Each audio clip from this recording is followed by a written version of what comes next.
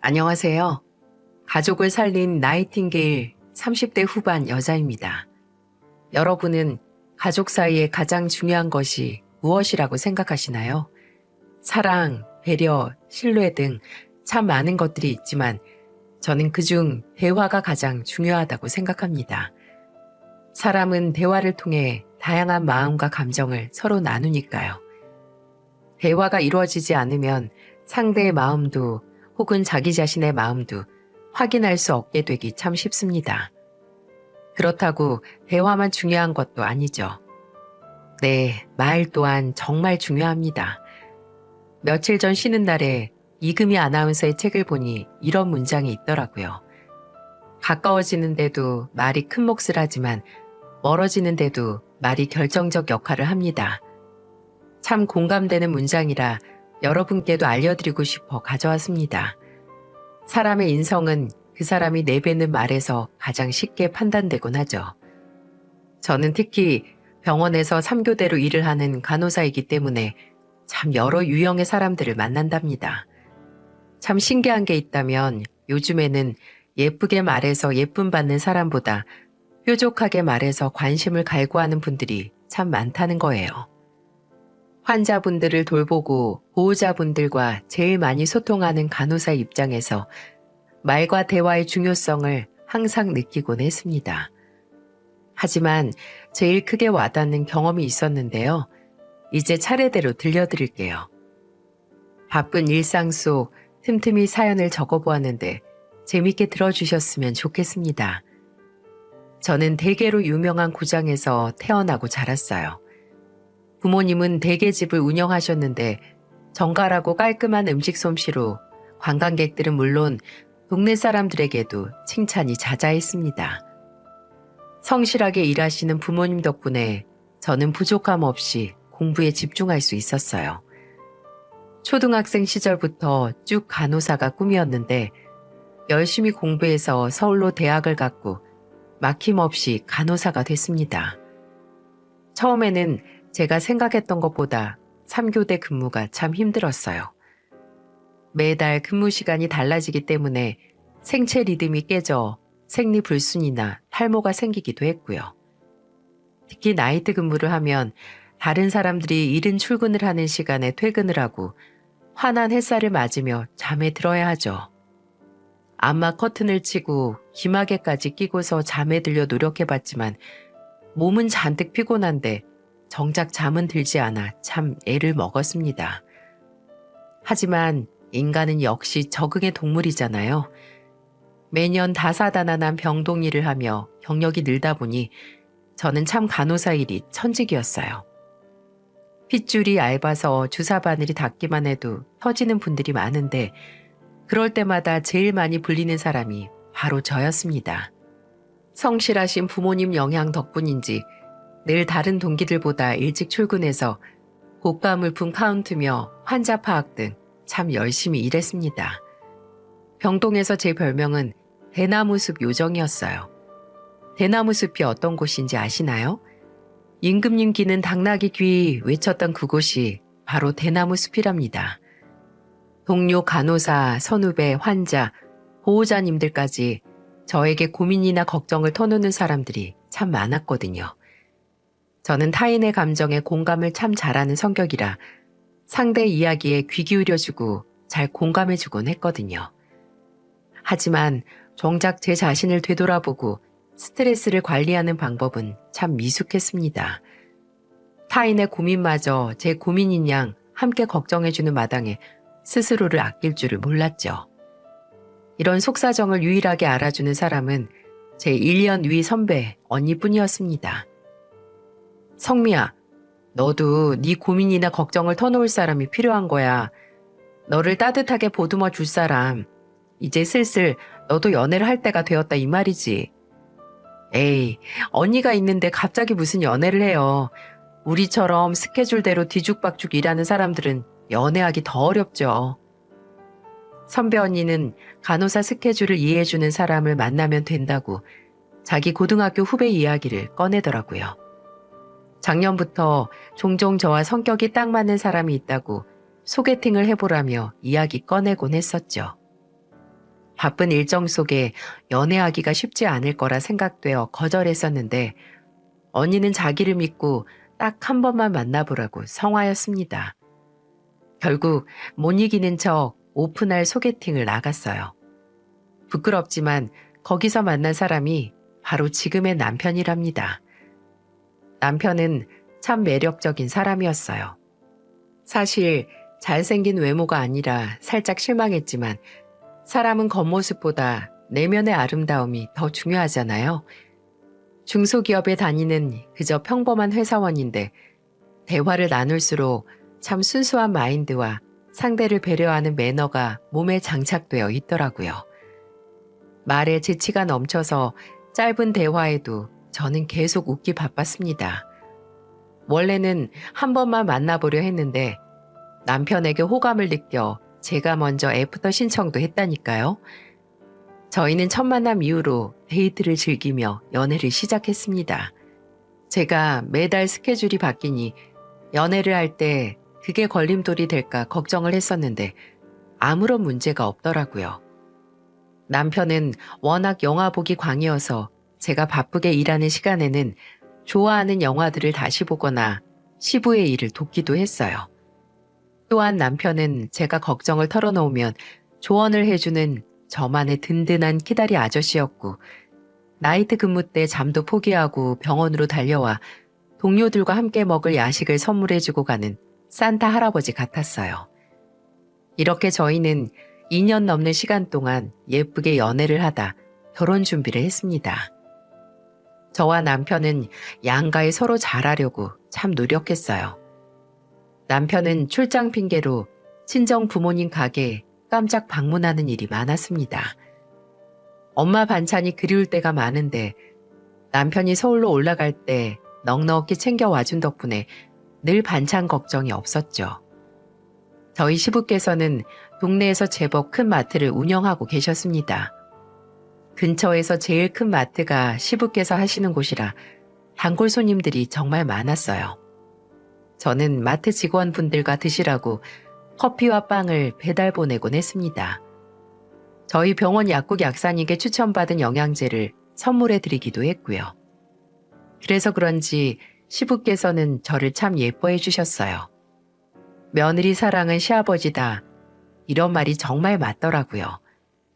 특히 상견례에서 며느리 사랑이 정말 돋보이셨답니다. 상견례 날 저는 양가 선물로 도라지 정과 예쁜 보자기에 포장된 과일 세트를 준비했어요. 그런데 시부께서 서울까지 멀리 와주신 것에 감사드린다고 마트 정육 코너에서 제일 좋은 한우 세트를 준비해 오셨지 뭐예요? 친정 아빠는 이럴 줄 알았으면 대게를 좀 가져올 걸 그랬다고 죄송스러워서 어떻게 하냐며 걱정하셨어요. 하지만 시부께서는 한정식집이 떠나갈 듯 호탕하게 웃으시면서 말씀하셨습니다. 사돈, 이건 제가 꼭 감사 인사드리고 싶어서 성의 표시 드린 거니까 너무 부담 갖지 마세요. 이렇게 예쁘고 착한 딸을 저희 부족한 큰애 짝으로 허락해 주시다니 정말 감사드립니다. 아이고, 과찬이세요. 저희 딸도 부족한 게 참 많습니다. 절대 아닙니다. 제가 몇 번 만나봤는데 그때마다 얼마나 싹싹하고 잘 웃는지, 무엇보다 아픈 환자를 살리는 간호사 아닙니까? 제가 다 뿌듯해서 주변 사람들한테 얼마나 자랑하는지 몰라요. 시부께서는 계속해서 제 칭찬을 하셨어요. 우리 집에 시집 와준다니 저는 너무 행복합니다. 우리 아들한테는 너무 고맙고요. 라고 계속 말해주시는 덕분에 저희 부모님은 안심의 미소를 지으셨어요. 훈훈한 분위기에 저도 긴장을 풀고 양가 부모님 표정을 살피며 밥을 먹었어요. 뽀얗고 주름 하나 없는 시부모님들에 반해 바닷가 햇볕에 그을린 탓인지 대게 찜기 열에 익으신 건지 까맣고 주름이 자글자글 가득한 친정 부모님을 보니 마음이 속상했습니다. 좋은 화장품이라도 사드릴 걸, 아니면 상견례 앞두고 피부 마사지라도 받으시라고 미리 준비 좀 해드릴 걸, 참 후회가 되었죠. 더군다나 시모는 시부보다 11살이나 어리셔서 괜히 더 젊고 팽팽하게 보이셨습니다. 살짝 마음이 찡해져 있었는데 평소 같다면 그저 말없이 식사만 하실 친정엄마께서 갑자기 수줍게 웃으시면서 말씀하시더라고요. 사돈어른, 말씀만으로도 정말 감사드립니다. 딸이 서울에서 힘들게 병원이라면서 걱정이 참 많았는데 이렇게 가까운 곳에 부모님이 두 분이나 더 생겼으니 참 든든하네요. 우리 예비 사이도 얼마나 다정한지 틈만 나면 전화해서 안부 묻고 지난 생일에는 글쎄 겨울잠바 커플로 사라고 50만 원이나 보내줬더라고요. 결혼도 하기 전인데 이런 사이가 어딨어요. 저도 너무 감사하네요. 그런데 순간 한참을 말이 없던 시모가 어이없다는 듯 콧방귀 소리를 내셨습니다. 한순간 얼어붙은 듯 모두가 아무 말이 없다가 시부가 한층 더 큰 목소리로 또다시 제 칭찬을 하셨어요. 분위기를 전환해 보시려고 나름 노력을 하셨는데 시모는 이번에 혀를 차셨습니다. 아니 여보 뭘 그렇게 오버를 해요. 요즘 간호사 합격 못하는 사람들이 어디 있다고. 그리고 아직 식장 걸어 들어간 것도 아니고 며느리도 아닌데 너무 벌써부터 띄워주는 거 아니에요? 시모의 가시돋친 말에 저희는 모두 싸늘하게 얼어버렸고 시부는 불같이 화를 내셨어요.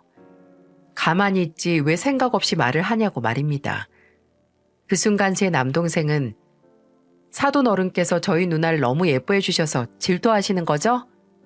라며 너스레를 피웠습니다.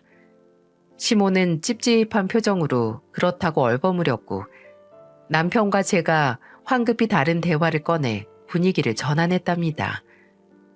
혹시 여러분도 느끼셨나요? 저희 시모의 말이 얼마나 모난 곳이 많은지 말이죠. 상견례는 다시 화기애애한 분위기로 마무리 지어져 갔지만 저는 시모 때문에 조금 찝찝했습니다. 사실 그뿐만이 아니었어요.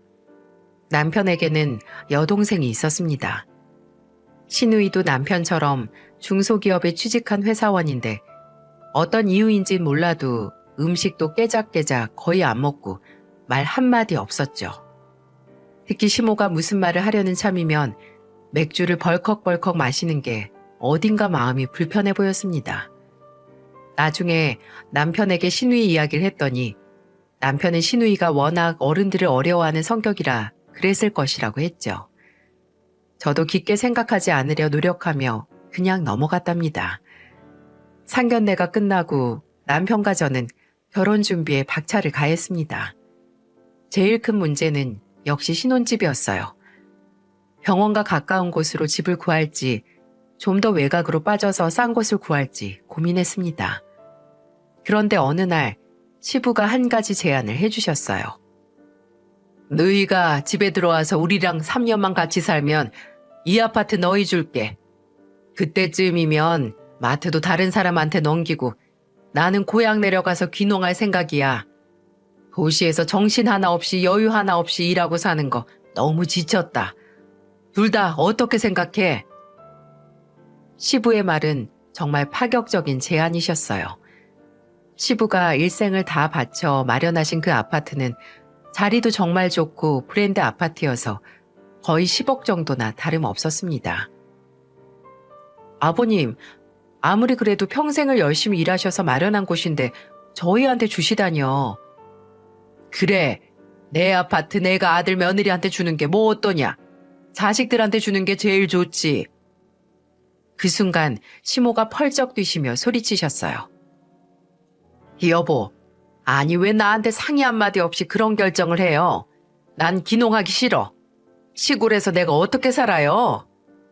그럼 당신은 혼자 서울에 남아서 살든가.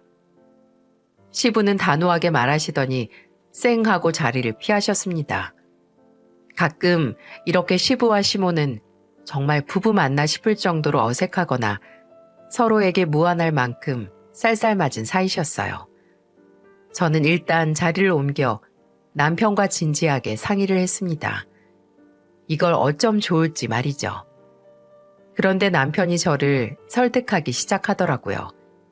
어차피 집 구하는 것이 쉽지 않으니 감사한 마음으로 제안을 받아들이자고 말입니다. 시부가 정말 귀농에 대한 생각이 진지하게 있으셨는지 2년 전부터 고향 전라도에 내려가셔서 땅도 미리 봐두시고 농사에 관련된 공부도 정말 많이 하고 계셨죠. 저도 솔직히 정말 감사한 제안이라고 느껴졌어요. 병원으로 한 번에 가는 교통편도 있고 근처에 학교들이 많아서 아이를 낳고 키우기에도 더할 나위 없이 좋다고 생각했습니다. 무엇보다 시댁의 대장인 시부께서 마인드도 건강하시고 저를 참 아껴주셨기 때문에 걱정이 없었죠. 아직 사이가 좁혀지지 않은 시모가 걱정이었지만 제가 열심히 노력하고 다가간다면 별 문제 없을 거라고 결론 지었습니다. 저희는 그렇게 시부의 제안에 승낙해 시댁에서의 신혼생활을 시작했어요. 저는 그냥 몸만 들어가 살기엔 죄송스러워서 혼수로 가구들을 바꿔드리고 싶다고 시부께 말씀드렸죠. 하지만 시부는 정말 단호하게 싫다고 거절하셨어요. 시모께서는 내심 기대하시는 듯 했고 저는 눈치껏 애교를 부리며 시부를 설득했습니다. 결국 냉장고와 TV 그리고 저희 부부 침실에 필요한 가구들만 준비해서 들어갔네요. 저는 결혼까지 무사히 마쳤지만 사실 시누이가 마음에 걸렸습니다. 시누이는 혼자 작은 평수 아파트에서 따로 살고 있었지만 저희가 시댁에서 사는 게 마음에 안 들 수도 있으니까요. 제가 시누이에게 조심스럽게 이야기를 꺼내니 정말 쿨하게 자기는 아무 관심도 없으니 언니랑 오빠 편하게 사셨으면 좋겠다고 하더라고요.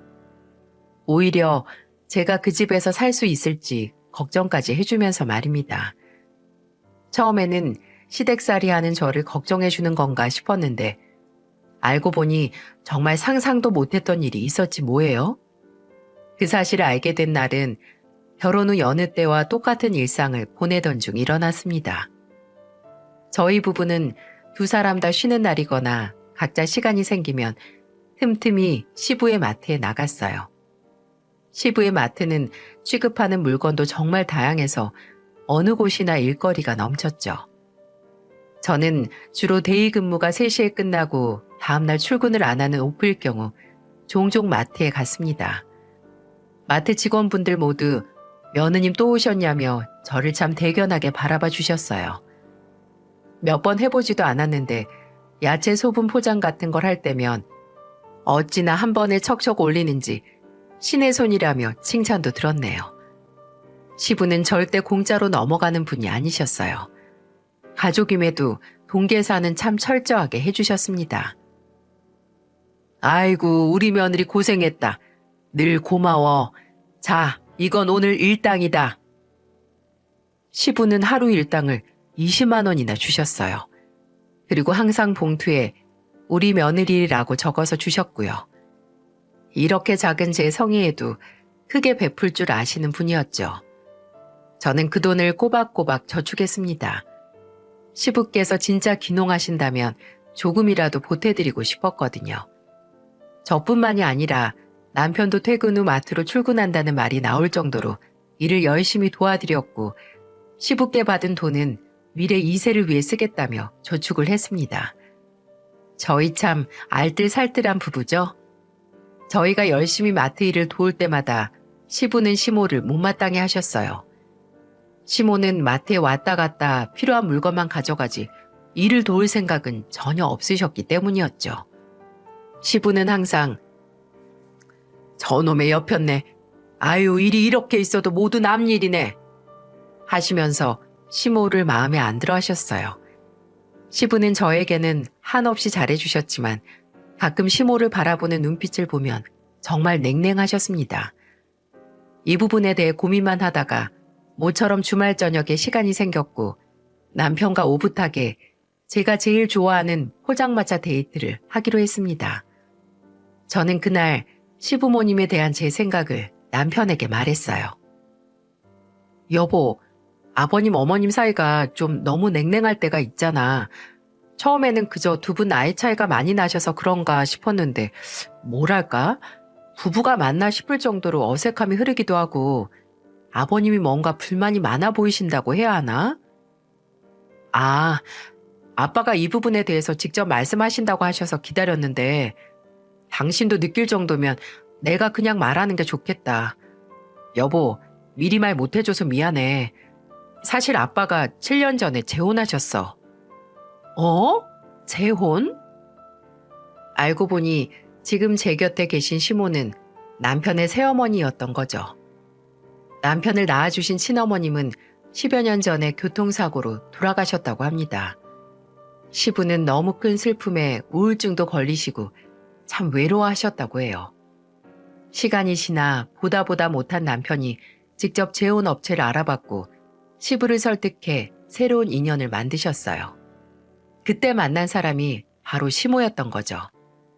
시모는 흔히 말하는 현모양처 스타일처럼 굉장히 참하시고 애교가 많은 분이셨다고 합니다. 늘 마트 일로 바쁜 시부를 대신해 반찬도 챙겨주고 지극정성이셨다고 해요. 당신에게 잘하는 걸 보니 자식들에게도 잘할 것이라 생각했고 좋은 마음이 오가다 결국 혼인신고를 하시며 재혼을 하신 거랍니다. 그런데 혼인신고를 하고 시모가 시부의 집에 들어와 살게 되면서 마치 본색이 드러나듯 점점 행동이 변하셨다고 하네요. 사실 시모가 가져온 반찬들은 본인이 만드신 게 아니고 반찬 가게 음식이었답니다. 어느 날 시모가 아무렇게나 베란다 구석에 버린 봉지들을 남편이 발견하게 되면서 알게 되었다고 해요. 음식 솜씨가 없으면 그럴 수 있다고 생각했는데 시모는 시간이 지나자 그마저도 하지 않으셨습니다. 집안일 할 생각이 전혀 없으셨고 오히려 시부에게 가정부를 고용해달라고 하셨다고 하네요. 그 당시 시부께서는 마트를 확장하는 시기라 바쁘기도 하셨고 워낙 시모 말이면 다 들어주시던 분이라 정말로 가정부 아주머니를 고용하셨다고 합니다. 그런데 시모는 가정부 아주머니들과 자주 말다툼을 크게 하셨고 결국 시댁은 아주머니들 사이에서 기피 대상 1호집으로 찍혔다고 해요. 그런데 이뿐만이 아니었습니다. 앞서 말한 따로 사는 시누이 기억하시죠? 시모와 시누이의 갈등이 정말 어마어마했다는 게 아니겠어요? 예, 밥 좀 차려봐라. 배고프다. 아니 잠깐만. 너 입술색이 그게 뭐야? 누렇게 뜬 메주색 같다. 너 왜 이리 촌스러운 화장을 하니? 그런 화장하면 어느 남자가 좋다고 하겠어? 그리고 세탁기 좀 돌려. 수건이 하나도 없다. 시모는 시누이에게 말끝마다 명령조로 이야기하고 본인도 안 하는 살림을 은근 강요했다고 해요. 물론 시모를 도와 집안일 정도 할 수 있죠. 하지만 문제는 시모의 말투였습니다. 건너듣기만 했는데도 제가 다 기분이 나빠지더라고요. 시누이는 시부 생각을 해서 꾹 참았지만 결국 넘어서는 안 될 선까지 넘으셨습니다. 시누이는 말수가 적고 참 얌전한 성격인데요. 유일한 낙이 열심히 월급을 저축해서 브랜드 가방을 사는 것이었죠. 그중 가장 아끼는 명품 가방과 구두가 있었는데 그걸 시모가 몰래 사용한 거였어요. 몰래 다른 사람 물건에 손을 댔으면 티라도 내지 말던가 어딜 돌아다녔는지 구두굽 주변에는 진흙이 잔뜩 묻어있고 몸통과 이어진 손잡이 부분은 실밥이 살짝 뜯겨 있었다고 해요. 휴, 시누이는 정말 대폭발을 했죠. 아줌마, 지금 뭐 하자는 거야? 왜 남의 물건에 손을 대고 그래요? 뭐? 얘, 내가 남이냐? 네 엄마지. 엄마가 딸 물건 좀 만지고 써볼 수도 있지. 왜 이리 퍽퍽하게 굴어? 남이 보면 네가 내 엄마인 줄 알겠다. 잔소리 좀 그만해. 시부와 남편이 돌아왔을 때는 둘이서 얼마나 난리를 친 건지 거실은 난장판에 시누이는 씩씩거리고 있고 시모는 울고 있었다고 합니다. 알고 보니 시모가 동네 아줌마들이랑 고스톱 치는 멤버가 있는데 거기에 자랑하고 싶어서 들고 갔다는 게 아니겠어요? 이 사건이 일어난 뒤에도 시모가 화장품들을 사서 시누이 화장대를 마음대로 바꿔놓거나 시누이 원피스나 신발을 신고 나가는 일이 생겼고 그때마다 시모는 네 아빠가 안 사주니까 딸 물건이라도 써야지. 어머, 네가 아빠 보고 한번 말해볼래? 엄마 좀 사주라고 애교 피면서 네가 한번 말해봐. 신우이는 시모에게 질릴 대로 질려서 결국 독립을 선언했고 그렇게 집을 나가게 된 거였어요. 크고 작은 충돌이 많이 있었기 때문에 시부가 나서서 신우이가 홀로 지낼 작은 아파트를 마련해 주셨다고 하네요. 상견례장에서 왜 신우이가 불편해 보였는지 이해가 가더군요. 남편도 시모에게 불만이 있었지만 본인이 나서서 알아봤던 재혼이니 최대한 충돌하지 않게 외면하며 살았다고 합니다. 시모에게 아무런 터치를 안 하니까 싸움이 일어날 일이 없었죠. 남편은 아직까지도 새어머니라고 부른다고 했습니다. 엄마라는 호칭이 마음에서 나오지 않는다며 말이죠. 시부께서도 살림이나 마트 일도 돕지 않고 그저 사람들 만나서 놀고 밥 사먹고 돈만 쓰는 시모가 점점 안 좋게 보이셨나 봐요. 그런데 저희 시모 정말 양파 같은 여자더군요. 까도 계속 문제가 있으셨어요.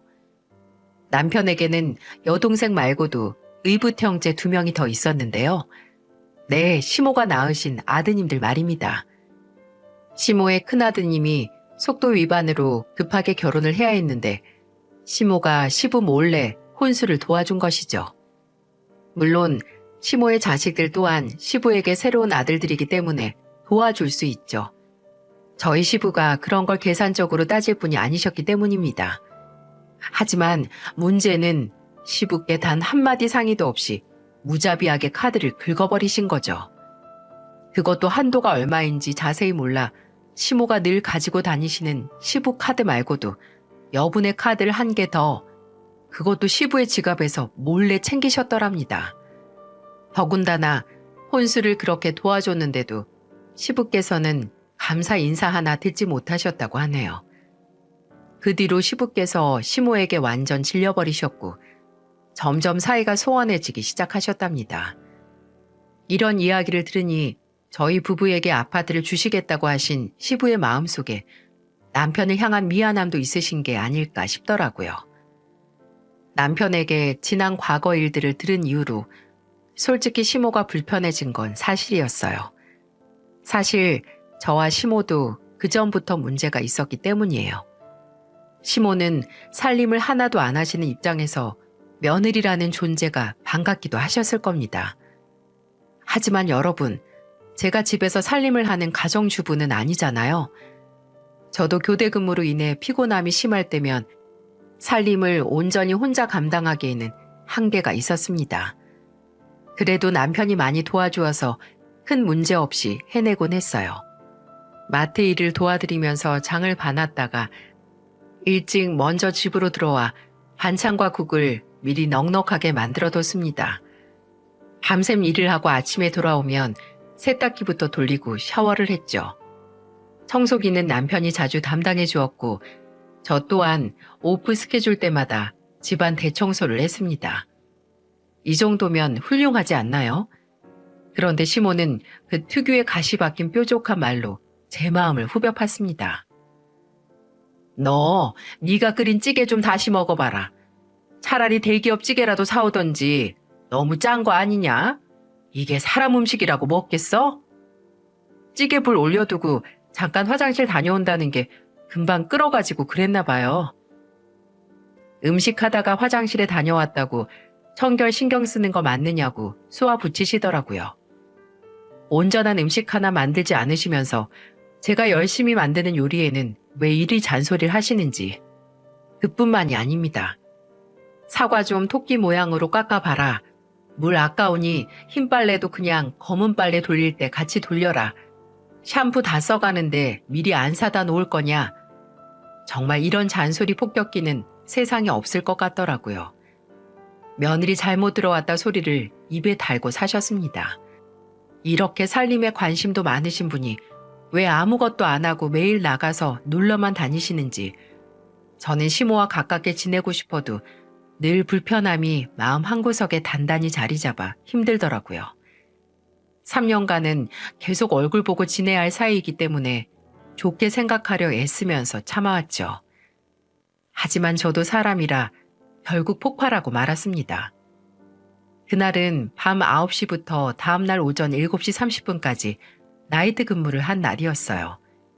그날따라 병실 라운딩을 할 때 상태가 좋지 않은 환자분들이 유독 많아 신경이 예민했고 전산 처리 업무도 많고 오류 또한 많이 있어서 정말 힘들었거든요.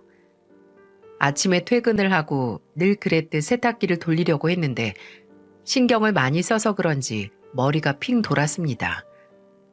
딱 3시간만 자고 일어나서 점심 먹기 전에 세탁기를 돌리자 계획했죠. 방에 들어가 암막 커튼을 치고 누웠는데 시모가 방문을 확 여셨습니다. 얘, 너 병원에서 영양제나 비타민 같은 거 있잖아. 마늘 주사 그런 거 너희 병원에 없니? 있으면 그거 좀 가져와. 우리 모임 멤버들 집에서 좀 맞춰줘. 네? 어머님, 무슨 말씀을 하시는 거예요? 왜, 못해줘? 간호사 며느리 이럴 때나 써먹어야 할 거 아니야? 우리 멤버 숙희 언니는 며느리가 화장품 회사 다닌다고 샘플들을 얼마나 챙겨준 줄 알아? 나도 이참에 생색 좀 내보자. 제가 아무 대꾸도 못하고 잠에 취해서 누워있는데 시모는 장난치는 어린아이 마냥 제 옆구리를 간지럼 태우며 말하셨어요. 배고픈데 아침 안 먹고 그냥 잘 거냐고 말입니다. 대기업 식품이든 뭐든 알아서 좀 드세요. 왜 늘 저만 살림해요? 제가 식모예요? 어머님도 이 집의 구성원이시면 저랑 같이 도와서 좀 하실 수도 있잖아요. 제가 아무리 여기 며느리라지만 저 너무 힘들어요. 끼니 정도는 알아서 해결하시고 이따 세탁기 좀 돌려주세요. 야, 너 나이가 몇 살이야? 내가 너보다 나이를 얼마나 더 먹었는데 지금 나보고 살림을 하라고 잔소리를 해? 그깟 살림 못하겠으면 네 돈으로 가정부라도 고용해서 쓰든지. 싫어요. 어머님 계시는데 왜 제 돈을 써요? 시모는 씩씩거리시며 집을 나가셨고 저는 그러거나 말거나 외면한 채 잠에 들었습니다. 처음으로 쌓여있던 감정을 내뱉어 본 건데 솔직히 좀 후련하더라고요. 점심시간에 눈을 떠 부랴부랴 차돌 된장찌개를 끓였습니다. 거의 다 완성이 돼갈 무렵 시모가 집으로 들어오셨어요. 그리고 제 앞에 다가와 황당한 요구를 하기 시작하셨습니다. 저에게 매달 150만 원 월세를 내라고 하시는 게 아니겠어요? 저는 제 귀를 의심했습니다. 예, 따지고 보면 지금 너희 부부가 우리 부부 집에 얹혀 사는 거 아니냐. 솔직히 네가 예쁘게 말 잘 들으면 그냥 너한테 매달 용돈이나 받아가며 봐주려고 했다. 근데 공가사는 구별해야겠어. 이 정도 집에서 살려면 매달 150 정도 내야지. 그 대신 네 시아버지한테 말하지 마. 안 그러면 이 집에서 완전 아웃이야. 여러분, 150이면 적은 돈도 아니고 제 월급의 절반 정도를 내라고 하는 건데 이게 정말 말이 된다고 생각하세요? 저는 제 월급 이야기를 하면서 그렇게는 못 드린다며 정중하게 말씀드렸습니다. 그런데 시모는 얘 너만 벌어? 네 남편도 벌잖아. 싫으면 나가든지 라고 말하시더라고요. 그러면서 남편이 본인에게 아직도 엄마 소리도 안 하고 늘 새어머니 거리는 거 정말 기분 나쁘다고 화를 내셨습니다. 남편을 잘 구슬려서 월세 내라고 그런 것도 다 여자의 능력이라고 말하시는데 와, 정말 이건 아니라고 생각했죠. 시모는 저한테 받은 월세를 잘 모아서 나중에 제가 아기를 낳으면 좋은 선물을 주겠다며 너스레를 피우셨습니다. 가족끼리 무슨 월세를 내냐고 화를 내니까 월세가 싫은 거면 시모 용돈이라고 생각하라고 하시네요. 이 지긋지긋한 철없는 시모를 어떻게 하면 좋을지 고민스러웠습니다. 그래도 조금만 참아야 할지 같이 맞서 싸워 복수를 해야 할지 말이죠. 시모는 며칠 내내 은근히 저를 압박했습니다. 남편에게 말하고 해결을 해야 하나 고민하다가 저는 결국 솔로몬을 찾아갔어요. 바로 저희 시부 말입니다. 저는 애교를 부리며 데이트 신청을 했네요. 아버님, 오늘 마트 끝나고 저랑 포장마차에서 소주 한 잔 딱 어떠세요? 어젯밤 근무하더니 내일 쉬는 날이구나. 아이고 우리 며느리 좋다. 내가 오늘 약속 있지만 다른 사람도 아니고 우리 며느리가 먹자고 하니까 당장 가야지. 저는 남편에게 마트 마감을 부탁하고 시부와 함께 포장마차로 향했어요. 시부는 데이트 신청해줘서 고맙다며 먹고 싶은 거 마음껏 시키라고 하셨죠. 그래서 잔치국수며 닭발, 오돌뼈 정말 푸짐하게 시켰답니다. 소주 한 잔을 시부께 따라드리니 무슨 일인지 빨리 말해보라고 하시더라고요. 저는 막상 시부의 인자한 웃음을 보니 마음이 약해져 아무 말도 하지 못했습니다. 시부는 알코올이 덜 들어가서 말 못하냐고 그럼 우리 조금만 더 취해보자 말하시며 저를 웃음 짓게 만들어주셨어요. 홀짝거리며 술을 마시니 그동안 쌓여있던 서름이 몰려오는 듯 했습니다. 시부는 얼굴에 그늘 생긴 거 다 보이니까 솔직하게 말해봐 라고 말하셨어요. 제가 괜히 아버님 어머님 사이를 이간질 시키는 것 같아서 말하고 싶지 않았는데 저 집 나갈까 봐요. 저 이렇게는 못 살겠어요. 시부는 깜짝 놀라시며 왜 그러냐고 물으셨고 저는 시모가 요구한 150만 원 이야기를 전해드렸습니다. 150씩 내야 한다면 지금이라도 합가 생각 다시 해봐야 할 것 같다고 말하면서요. 시부는 정말 화가 나 보이셨습니다. 제가 괜히 말을 전해서 나쁜 년이 된 느낌이기도 하지만 남편에게 말하면 정말 어머님과 사이를 끝내버릴 것 같았다고 말했네요. 이런 와중에도 그런 생각을 해줘서 오히려 고맙고 미안하다고 시부가 오히려 사과를 하셨습니다. 그리고 진작 본인이 바로 잡았어야 할 문제인데 이렇게 외면만 하다가 일이 커진 것 같다며 자책하시기도 하셨고요. 시부는 무언가 골똘히 생각하셨죠. 그날 밤 집에서 난리가 났습니다. 집으로 돌아갔더니 남편은 방에서 홀로 영화를 보고 있었고 시모는 거실에서 드라마를 보시며 발톱에 매니큐어를 칠하고 계셨죠. 시부는 150만 원 월세 이야기가 사실이냐며 호통치셨습니다. 시모는 저를 곁눈질하며 이렇게 말하셨어요. 아니, 당신 생각을 해봐요. 이 정도 집에서 살려고 하면 대출이며 뭐며 그 정도는 써야 하지. 나도 받을 생각은 없었는데 성미재가 나한테 너무 시모 대접도 안 해주고 날 무시하니까 살림하라고 막 구박하고 다른 사람 빨래는 다 챙겨서 돌리면서 내 옷들은 세탁도 안 해주잖아. 내가 명색이 시어머니인데 이 정도 말도 못해? 우리 멤버 언니들이 다 그 정도 기강은 잡으라고 했어요. 기강은 무슨, 당신이 뭐 나처럼 해병대야? 당신이 종부리듯 하대하니 그렇지. 옷도 맨날 장롱 속에 허물마냥 벗어놓으니 알 수가 있나? 아니 뭐 그리고 월세? 그걸 왜 당신이 받아? 이 집 4명이야. 근데 당신이 왜 나서서 그런 소리를 해? 시모는 혼인신고 되어 있으니 부부로서 엄연히 본인 집이기도 하다며 소리치셨어요. 시부의 재산 반절 정도는 받을 수 있는 자격이 있다며 말입니다. 시부는 어이없다는 듯 웃으시며 반박하셨죠. 이 집에 살면서 정말 제대로 살림한 적은 있냐고 말하셨어요. 그러면서 새로운 사실도 듣게 되었습니다. 시모가 사용하시는 시부카드가 많으면 매달 200이 넘는다고 하셨죠. 살림도 안 하고 돈도 벌지 않으면서 오로지 본인 개인이 사용하시는 돈만 200이라뇨. 시부는 계속해서 시모에게 마틸 한 번 안 도와주고 살림도 안 하고 이제는 하다하다 자식들 협박하고 잘 지내지도 않는다며 혼을 내셨습니다. 얘들이 날 싫어하고 불편해하잖아. 나도 잘 지내고 싶은데 안 받아주는 걸 어쩌라고요. 시모는 아이처럼 엉엉 울기 시작하셨어요. 하지만 시부는 단호하게 말하셨습니다.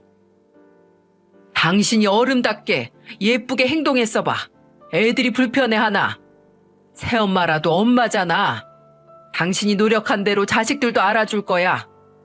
여보, 나도 자식들 말고 당신 편 들어주고 싶어.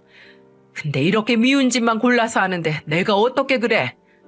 빨리 며느리한테 사과해. 예, 성미야. 미안하다. 끝! 시모는 모든 상황을 끝내고 싶으셨던 건지 큰 소리로 끝이라고 외치셨어요.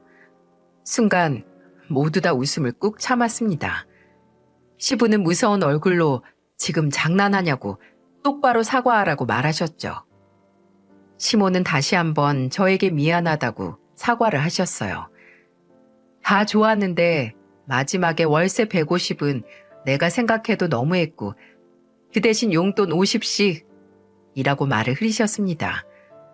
시부는 본인 이마를 탁 때리며 용돈 소리가 지금 나오냐? 아직도 정신 못 차렸다. 나가서 놀이터라도 10바퀴 뛰고 오라며 정말로 시모를 밖으로 쫓아내셨어요. 지금 여러분이 듣기에 조금 웃긴 상황일 수도 있지만 그때 그 현장에 있던 저는 심각한 상황으로 이어질까봐 가슴이 조마조마했답니다. 시모께서는 1시간 만에 집으로 조심스럽게 까치발을 들고 들어오셨어요. 남편과 시부께서는 바람을 쐬러 나가셨고 저는 거실에서 담요를 가지고 기다리고 있었으니 딱 마주쳤죠. 밖에 바람이 쌀쌀했는지 시모 양볼과 코, 귓바퀴 모두 빨갛게 얼어있는데 참 철없는 우리 시모를 어쩜 좋을지 가지고 있던 담요를 둘러드렸더니 시모는 눈물을 뚝뚝 흘리시며 미안하다고 사과를 하셨습니다. 어머님, 저희 소주나 한잔 할까요? 저는 족발을 시켜 시모와 소주 한잔 했습니다. 그리고 가만히 시모 곁에 앉아서 그동안의 인생 이야기를 들었죠. 왜 이런 시간을 진작 갖지 못했나 싶을 정도로 저희는 깊은 대화를 나눴습니다. 시모의 이야기를 들을 때마다 참 안타깝더라고요. 시모의 두 아들분들은 본인을 ATM 기계라고 생각하신답니다. 평소에도 얼마나 무시를 하는지 대화가 이루어지지 않고 보고 싶다고 연락해도 무시하거나 만나주지 않았고 그저 본인들이 돈이 필요할 때만 연락을 했다고 해요. 그래도 자기가 돈이 있어야 그나마 자식들을 만나고 연락할 수 있다는 생각에 철없이 시부의 돈을 그렇게 생각 없이 쓰고 다니셨다고 합니다. 이 서름을 누군가에게 털어놓고 싶은데 시부는 돈 벌기에 바빠 신경도 안 써주고 남편과 시누이도 자기를 불편해하니까 마음이 괜히 삐뚤어져 버린 것 같다고 후회하셨어요.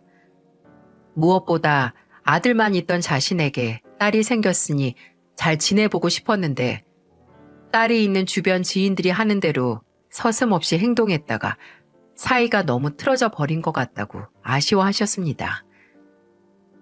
또한 시모는 본인이 경제적 일과 집안 살림을 하나도 안 해서 정말 나쁜 년처럼 보이겠지만 본인 나름 우울증과 무기력증으로 힘이 들었다고 토로하셨어요. 하지만 저는 단호하게 어머님이 정말 혼자 힘드셨던 건 사실이지만 그렇다고 해서 그 모든 행동들이 쉽게 용서받으실 수는 없어요. 라고 말했죠. 시모는 고개를 연신 끄덕이시면서 제 말이 모두 맞다고 하셨습니다. 그러면서 사실 나 정말 얼마나 외로웠는지 아니? 하고 엉엉 우시더라고요. 하나뿐인 며느리와 친해지고 싶었는데 저 또한 다른 가족들처럼 자신에게 불편함을 내비치는 것 같아서 고민이었고 이를 다른 사람들에게 말하니 따끔하게 교육시킬 필요가 있다고 조언 아닌 조언을 듣고 오셨던 거죠. 저는 시모 손을 붙잡고 죄송하다 사과드렸고 본인의 잘못을 인정하시고 잘못에 대해 제대로 사과할 줄 아시는 것부터 이미 절반은 성공한 거라고 말했죠. 그리고 가장 중요한 말을 해드렸습니다. 어머님, 저도 그래요. 어떻게 보면 이 집에서 피 한 방울 안 섞인 남이에요. 근데 지금은 이렇게 하나의 가족으로 잘 살고 있잖아요. 제 남편에게 아직까지는 새어머니시지만 이제 그 부분은 그만 연연하시고 진짜 이 가족의 구성원이 되려고 노력해보세요. 저한테는 그냥 어머니인걸요? 그리고 가는 말이 고와야 오는 말이 곱다. 잘 아시잖아요. 어머님이 삐뚤게 나가시면 그 누구도 똑같이 삐뚤어지게 돼요. 어느 순간 남편과 시부 모두 집에 들어오셔서 식탁에 자리를 잡고 앉아 계셨죠. 남편은 쭈뼛거리다 시모께 사과를 드렸습니다. 그저 아빠랑 잘 지내시면 아무 문제 없다고 생각한 지난 날을 반성한다고 말이에요. 저는 시부께 숟가락을 마이크처럼 넘겨드리며 아버님도 반성의 고백 한마디 하세요. 라고 말했습니다. 나도 당신이 외로웠을 거 생각하니 정말 마음이 아파. 미안해. 당신이랑 귀농해서 편하게 살 생각으로 돈만 벌며 살았네. 근데 아무리 힘들고 외로워도 그걸 카드로 풀면 어떻게 하나? 내가 마트 나와서 계산대라도 앉아있으라고 했잖아.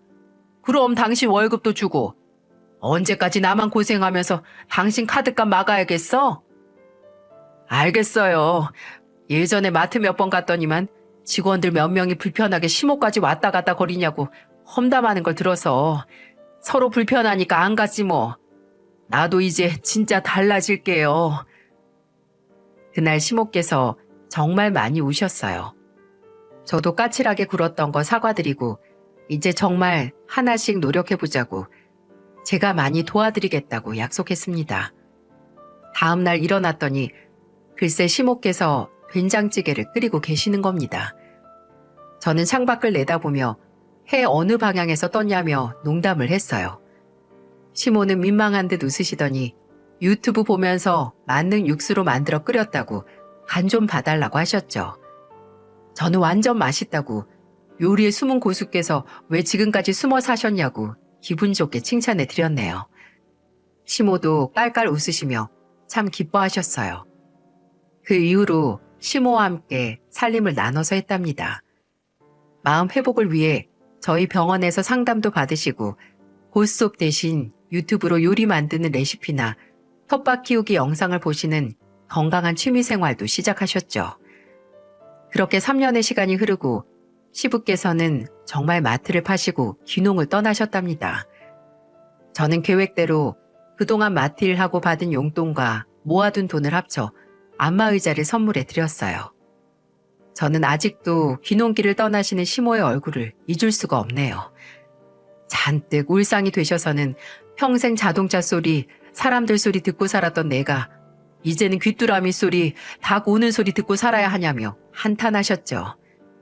그때 저희 시부께서 뭐라고 말하셨는지 아시나요? 그렇게 서울이 좋으면 그냥 여기 남던가. 이제 여기 아들 며느리 집이니까 월 150씩 월세 내면서 살겠다고 부탁 한번 해보든지. 시부의 재치 있는 말씀에 모두 한바탕 웃었네요. 저는 시모의 손을 잡고 맛있는 고기 사갈 테니 그때까지 상추 크게 키워 놓으시라고 응원했습니다. 사연 보내기 얼마 전 전라도 시골 마을에 다녀왔는데 시모께서 화려한 꽃무늬의 몸빼바지 입으시고 열심히 배추를 신문지에 싸고 계시더라고요. 잘 보관해 두었다가 봄까지 드신다는데 우리 시어머니 언제 이렇게 살림꾼이 되셨는지 참 귀여우시죠? 저희 솔로몬 시부 덕분에 분위기를 너무 심각하게 이끌어 나가지 않고 적당한 선에서 잘 해결할 수 있었던 것 같아요. 저와 남편은 이제 시모와 정말 많이 가까워졌습니다. 시누이 또한 저희와 함께 종종 시골에 내려오면서 관계 회복을 위해 많이 노력 중이고요. 시모께서 키우신 채소에 삼겹살을 구워 먹는데 갑자기 이런 말씀을 하시더군요. 성미야, 네가 그날 나랑 차분하게 대화해주고 내 숨겨왔던 말들을 다 들어줘서 이렇게 잘 풀린 것 같아. 나 여기 내려와서 지금 엄청 행복해. 동네 분들도 너무 좋고 너희 시아버지랑 서로에게 의지하고 여자로서 엄마로서 사랑받는 느낌 들고 하나도 안 외로워. 나 너무 시골 체질인가 봐. 너도 내려올래? 귀여운 시모의 말씀에 괜시리 가슴이 찡했네요. 사람은 고쳐 쓰는 게 아니라고 하죠. 하지만 이렇게 이해하고 보듬어주니 저희 시모처럼 고쳐지고 변화하는 사람도 있다는 거 들려드리고 싶었습니다. 내가 바뀌고자 하는 의지가 정말 중요하겠죠. 여러분, 상대방과 같은 입장, 같은 시선으로 바라보려고 노력하면 정말로 그 사람의 마음을 이해하게 됩니다. 그러니 걱정하지 마시고 말 안 하면 귀신도 모른다라는 말처럼 마음속에만 담아두지 마세요. 반드시 말로 표현하세요. 서로 대화를 해야 저희처럼 행복한 결말이 온답니다. 사연튜브 구독자님들 모두 가족분들과 행복한 나날을 보내시길 바라며 이만 줄이겠습니다. 감사합니다.